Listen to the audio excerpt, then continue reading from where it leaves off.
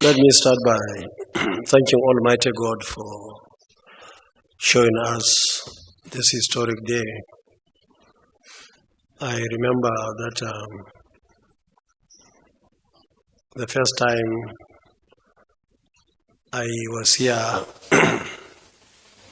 was 1992, and the last time was about 6 or 7 years ago. And I'm so happy that I am here, especially that I had an opportunity to see the President and Commander-in-Chief. And we had a lot of time to discuss various issues, especially political issues, and of course, issues of governance. And I was very happy that I came because, as usual, Mr. President displayed his experience and, of course, strategy on so many things. And we're happy that so far so good. And we discussed many issues that probably with time, some of them of course, will be at your domain. But for now, on behalf of all of us in our party, in our group, Kwankwaso, we want to thank Mr. President for this invitation to see him. And I'm so happy that I have this opportunity. And we may discuss how to move Nigeria forward. Thank you very much.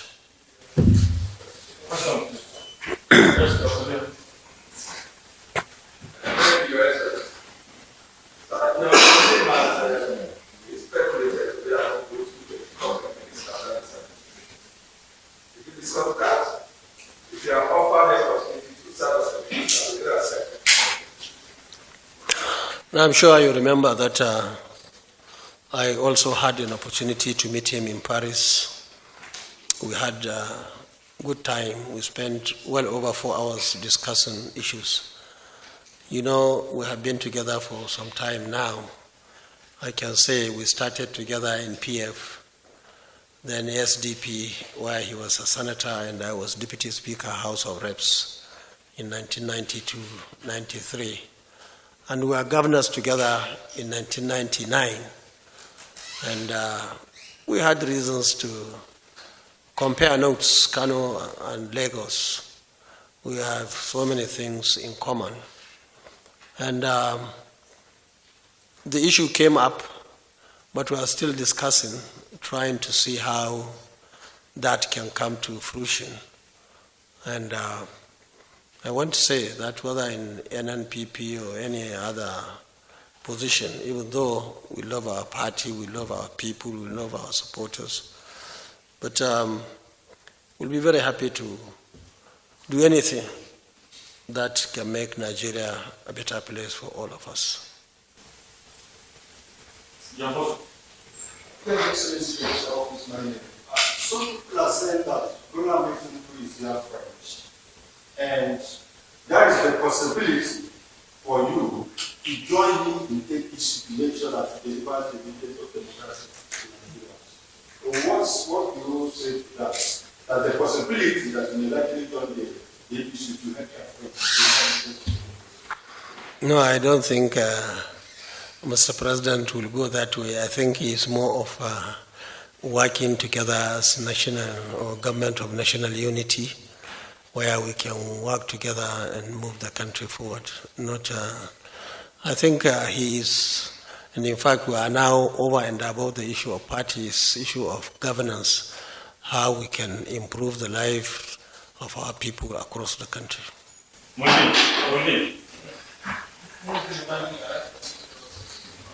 Less than 2 hours and spoke about and he spoke about the ongoing demolition exercise in Kano. He actually announced you of the one covering that exercise. To the extent that he said, if you had the opportunity of meeting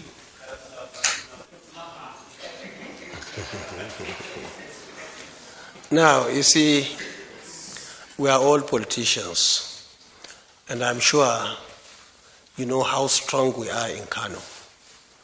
The former governor, who is in our league now, former governors forum, is a member of our forum now, was our member, one of the senior members of Kwankwaso in Kano. He was my deputy governor in 1999. In 2003, when I was appointed Minister of Defense, he was my SA in the Ministry of Defense. After we finished in 2007, I came to this very villa to ask my brother, also somebody who was of class 1999, Umar Musa Yar'Adua of blessed memory, and I appealed to him to give him a job. Because the job I had was NDDC, which was not enough at that time to make him my SA. So he was given the executive secretary of the Chad Basin Commission with headquarters in N'Djamena. That's 2007. 3 years after that, I invited him when I got ticket to resign and come and join me again. He resigned from his appointment to be my deputy again. And we won the election, 2011-2015. In 2015, because I wanted inclusive government, all our members to be together, I said, okay, take. And he became the governor of Kano State. And since then, you could see what happened in Kano. In fact, he had to stop me from going to Kano for 3.5 years. I was in the Senate. I couldn't visit Kano. Even the security, at that time, the police especially wrote letters to me that I should not go to Kano. And I stayed in Abuja for 3.5 years. Now, all those things are history now. I think where we are is the issue of demolition. You see, many people don't know politics. People don't understand us. But the question somebody should ask, especially those who saw the crowd in Kano on the 29th of May, is why are the people of Kano really in love with our position, with our members of Kwankwaso?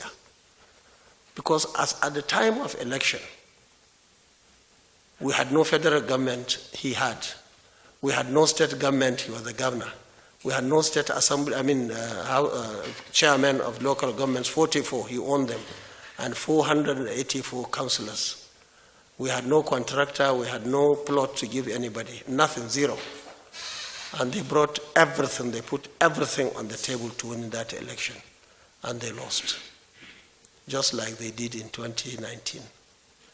That time they had somebody to impose him. And this time around, this my senior brother here, he is a Democrat. If you win, you win. If you lose, you lose. Even though I know he helped him in a way, being a member of his party, but he lost the election. So, having said that, I want to say that what is happening in Kano is one solid and concrete promise that the governor made that any building within government institutions, he will demolish them. Not plots, not anybody's house, any property in government premises, he would demolish them. And you see, on that, we saw even many people dying. If you go to Kano on the 29th of May, so many people lost their lives, even on that day, to bring this change to Kano. Now, so far, the governor operated in 4 places. One is a faculty of under the University, Kano University of Science and Technology, hospitality. And that was a building done by Audu Bako of blessed memory as governor. It was operated as a hotel. When I went back in 2011, I converted it to be part of Kano University of Science and Technology. Governor then demolished everything there, the entire structures, worth billions of naira, and sacked all the students and sacked all the lecturers. Demolished, and he was building, or they were in the process of building a mall where to buy and sell. And who owned that mall is him and his children. If you go to CAC, you see who owned the companies. That is one. Secondly, governor operated in Hajj camp. That Hajj camp was established immediately after the establishment of the Aminu Kano International Airport, the first airport in this country. In fact, that time people were coming even from outside this country to go to Hajj, from neighboring countries. Now, he demolished all of it, and he sold the plots, and they started building, and Abba demolished it. The owner came and said he knew he was wrong. He will not go to court. The third one demolished was at the heart of the race course, Kano race course. And that one is even owned by his children. The fourth one, which I discussed with Mr. President now, which he started, the governor started, is at the center of Eid ground. Eid, for those of you who are Muslims, they know what I mean. Those of you who are not Muslims, Eid ground is a prayer ground that is being utilized twice a year. And that ground is as old as Islam in Kano State. He did not build around the periphery. He went inside. He went the perimeter one round. He has done the second round.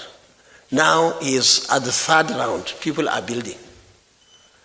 Now, it's unfortunate, despite our warning during election, that if we succeed, we will demolish and make Eid Mosque.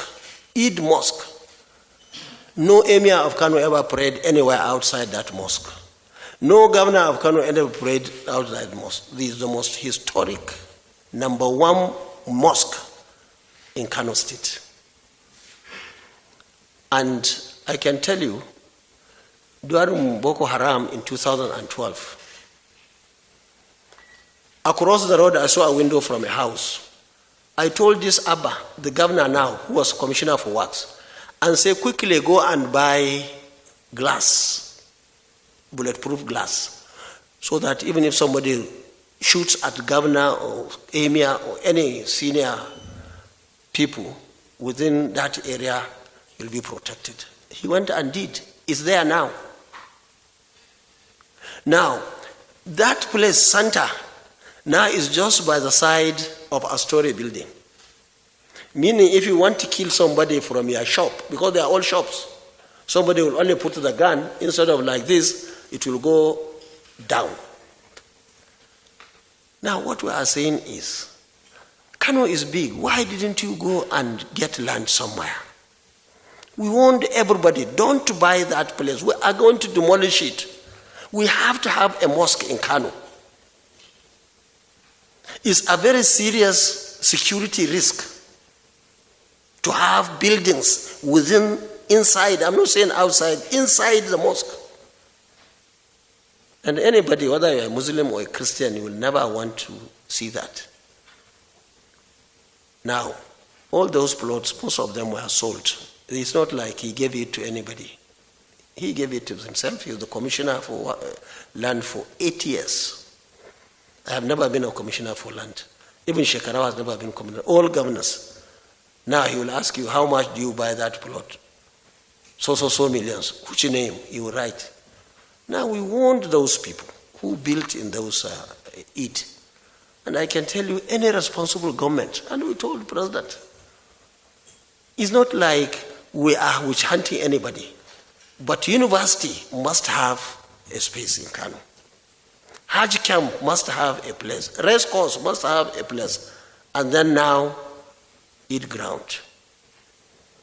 Now, for those of you who listen to his speech, he said he's putting a judicial commission of inquiry on land. They will investigate. Almost everything is being sold. In fact, we have a very big park behind his house in Kano.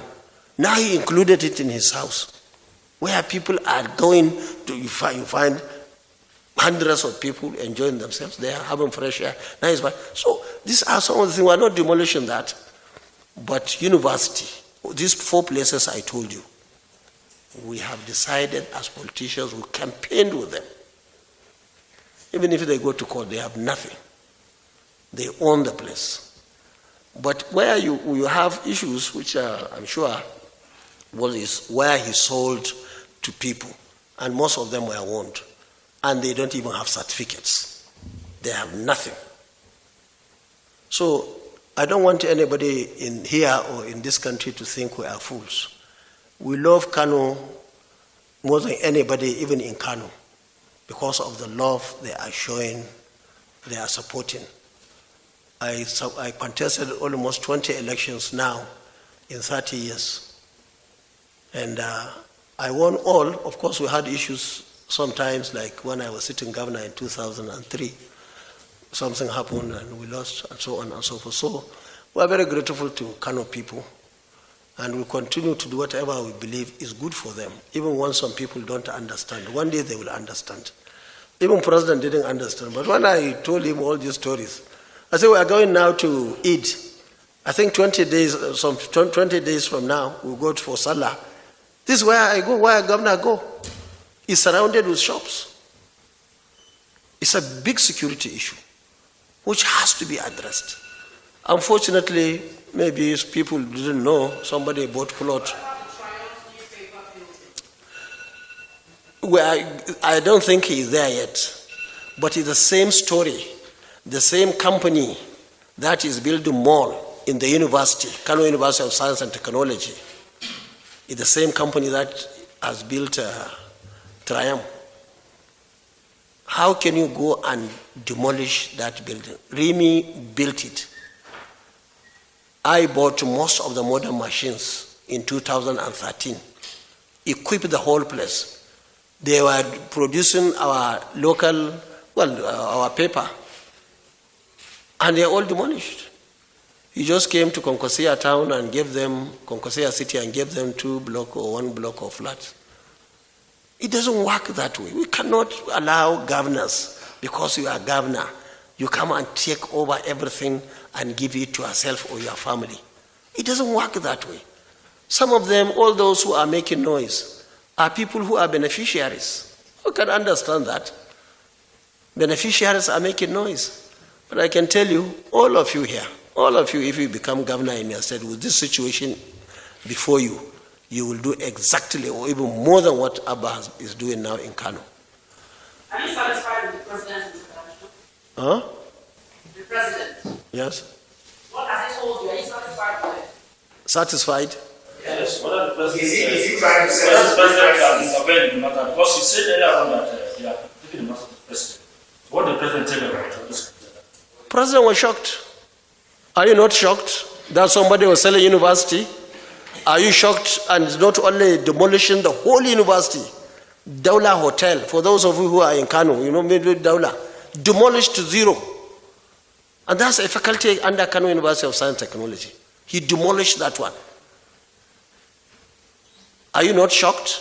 President was shocked. He didn't know. He even mentioned that he talked to somebody to go and find out for him. But when he told him, I said, you are a Muslim. Very soon we will go for Salah. How can you go under that circumstance and pray in that place? And even the Triumph place you are talking about, you are journalists. You should be angry. You are the first, that's your constituency. Demolished completely. And you put shops everywhere.